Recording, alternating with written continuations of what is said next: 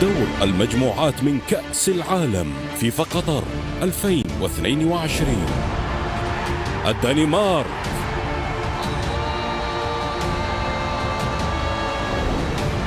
تونس، الثلاثاء 22 من نوفمبر، حصريا على قنوات بي ان سبورتس ماكس وبي ان 4K.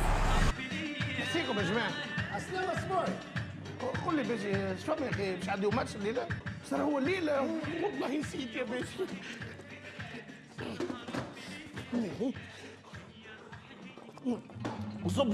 صب كاسين بيجي صب.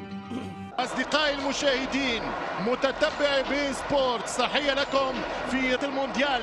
معتوق لم تواسع حول المنتخب لتشجيعه ومساندته إن شاء الله. نحن حاضرين إن شاء الله، أولادنا جاهزين. أولادي ما تفرجوش في تونس المونديال، أولادي أولادك عائلاتنا يستناو، كنا نستناو يد واحدة قلب واحد، نستناو فيك يا كوتش كما وعدتنا ووعدتنا أننا سنكون في الميعاد. لا شك لحظة أن المنتخب التونسي بتجاربه ضد البرتغال ولاروخا جهزت الوصول على البركة. يا ربي بدعواتكم يا ربي الأداء الممتاز، النجاح والامتياز. الكل المجتمع الشعب التونسي الوزارات الكل تكتف وراء هذا المنتخب، الناس الكل وراه على المستوى الإعلامي، على المستوى الرسمي، على المستوى الشعبي. البلاد شيخة، البلاد فرحانة، البلاد تستنى.